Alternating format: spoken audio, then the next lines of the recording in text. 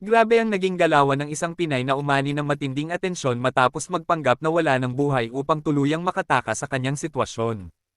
Ayon sa ulat, planado ang bawat hakbang at sinubukang iligaw ang mga taong nasa paligid niya. Gayunman, sa kabila ng maingat na pagtatago, nabuking ng mga pulis ang katotohanan matapos ang masusing investigasyon. Ang insidenteng ito ay nagbukas ng diskusyon tungkol sa desperasyon at sa bilis ng pagkilos ng mga awtoridad sa paglalantad ng katotohanan. Ang buong kwento. Grabe ang naging galawan ng isang Pinay na umani ng matinding atensyon matapos magpanggap na wala ng buhay upang tuluyang makatakas sa kanyang sitwasyon. Ayon sa ulat, planado ang bawat hakbang at sinubukang iligaw ang mga taong nasa paligid niya. Gayunman, sa kabila ng maingat na pagtatago, nabuking ng mga pulis ang katotohanan matapos ang masusing investigasyon. Ang insidenteng ito ay nagbukas ng diskusyon tungkol sa desperasyon at sa bilis ng pagkilos ng mga awtoridad sa paglalantad ng katotohanan. Ang buong kwento. Grabe ang naging galawan ng isang Pinay na umani ng matinding atensyon matapos magpanggap na wala ng buhay upang tuluyang makatakas sa kanyang sitwasyon. Ayon sa ulat, planado ang bawat hakbang at sinubukang iligaw ang mga taong nasa paligid niya. Gayunman, sa kabila ng maingat na pagtatago, nabuking ng mga pulis ang katotohanan matapos ang masusing investigasyon. Ang insidenteng ito ay nagbukas ng diskusyon tungkol sa desperasyon at sa bilis ng pagkilos ng mga awtoridad sa paglalantad ng katotohanan.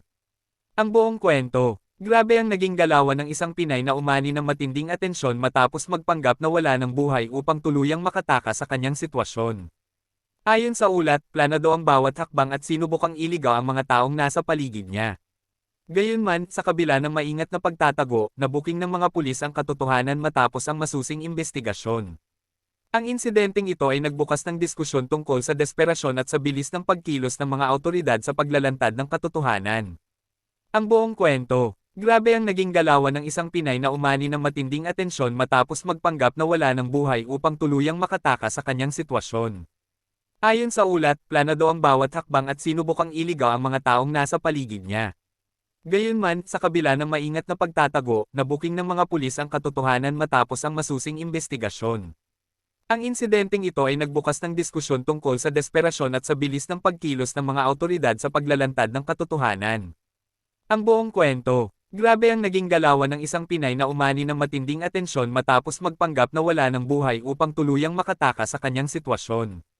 Ayon sa ulat, planado ang bawat hakbang at sinubukang iligaw ang mga taong nasa paligid niya. Gayunman, sa kabila ng maingat na pagtatago, nabuking ng mga pulis ang katotohanan matapos ang masusing investigasyon. Ang insidenteng ito ay nagbukas ng diskusyon tungkol sa desperasyon at sa bilis ng pagkilos ng mga awtoridad sa paglalantad ng katotohanan. Ang buong kwento. Grabe ang naging galawan ng isang Pinay na umani ng matinding atensyon matapos magpanggap na wala ng buhay upang tuluyang makatakas sa kanyang sitwasyon. Ayon sa ulat, planado ang bawat hakbang at sinubukang iligaw ang mga taong nasa paligid niya.